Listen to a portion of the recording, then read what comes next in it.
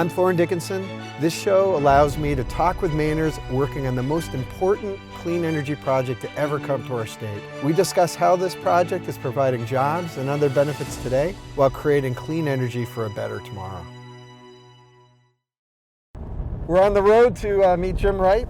We have some work going on over in Concord. I'm really excited to see the progress we've made in the last couple of weeks. He's a longtime spokesperson for CMP, always encouraging safety and reminding us no line is safe to touch, ever.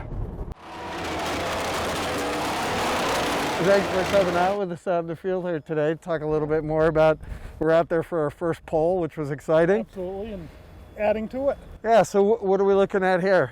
Well, we got Aldrich coming in. They've put in the base of the poles, and now Chimbro and Irby are coming in behind them and putting together the sections of poles and standing. This structure was stood this morning, and the crews right now are moving equipment and mobilizing down to the next site where they'll stand this afternoon, the next structure. And right now we're maybe just describe where we are a little bit.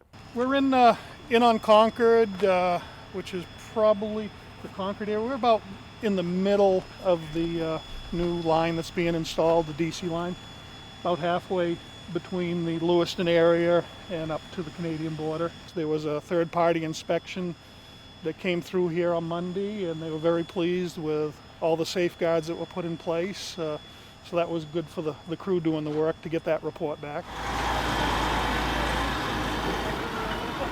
I try to talk to the crews every day and see who a new face is amongst them. And when I was working with the guys from the Aldrich crews, they're right now at 100% Maine employees in their crew. Same with Irby. Yesterday I met an individual, talked with him just a little bit, and the individual's from up in the Caratunk Forks area, and he's happy to be on this project close to home also. Oh, that's fantastic. I mean, that is, you know, both the coming up here just a couple of weeks ago and talking to more and more of the people and knowing how many good Mainers are working on this job. It really makes me really feel proud about. Oh, it does. I'm so happy. You know, every day if I see someone I don't know, haven't talked to them, make a point to go up and introduce myself. Who are you? Where are you from? And where were you working? And everyone is grateful that they're not traveling out of state, away from family and close and home every weekend or night to their families. And they're enjoying work like this, close to home. Driving up, this is the first time I was in this part of the corridor. Right. Driving up, it's not until the right-of-way opens they actually can even see the structures. Right, and I know the engineering in a lot of places took that into account, the visual aesthetics of things, and tried to shorten up some of the spans, bring the pole heights down, like especially working around the Lake Moxie area where they did a lot of that, going from the taller poles down to 70, 75 or so, to try to lessen the visual impact. So I mean, I think the project has done a lot to address these concerns, which, you know, I'm grateful for. Yeah, I hear that in the community too. It's not seen unless you're right there on the corridor. This is the first job I've had in 20 years that I was an hour away from my house and I could see. You know what I mean? That's great. I've been deployed 6 times. Yep. That's worth a lot. So, I mean, to see my wife and babies every night. I mean, yeah, some people are going to be against it because they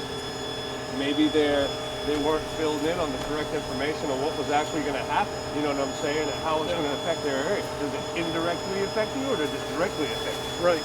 You know what I mean? And people are just taking one side because they don't have all the information. No, there's so much misinformation. It's been a challenge really from the beginning to get it out there.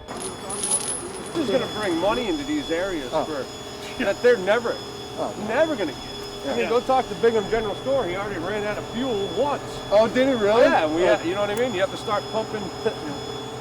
right there, just telling you. Jimmy's Market down there is, they've been busy. We had a really great meeting with Jim.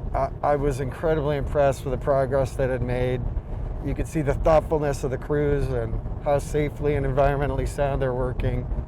And I think it example of what this project will look like when it's constructed.